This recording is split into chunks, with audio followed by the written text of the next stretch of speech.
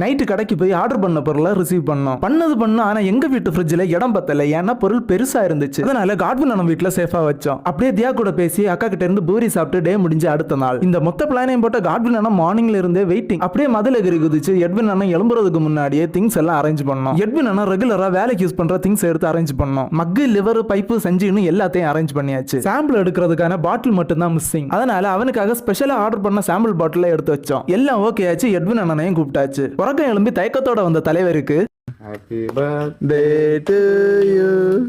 Of course சாருக்கு அன்னைக்கு பிறந்த நாள். அதனால தான் சாம்பிள் பாட்டில் இன்னைக்கு இப்படி இருக்கு. வேர்லு ஒரு வேர்லு ரேட்டு 36 எட்வின் கேர் ஆஃப் ஜினி. கல்யாணம் ஆனதுனால கரிச்சட்டி எடுக்கல, சாணாங்கி கலக்கல, கோமோத்திரம் கோரல, முட்டை உடைக்கல, ராத்திரி எழுப்பல, ராக் சாங் ஒன்னும் போடல. எல்லாத்தையும் டீசெண்டா பண்ணோம். இதே மாதிரி எல்லாரும் டீசெண்டா பண்ணுங்க. கேட்டுதா எட்வின் அண்ணா? வாய்ப்பில்லை ராஜா, வாய்ப்பு கிடையாது. அதுக்கப்புறமா கேக் எல்லாம் வெட்டி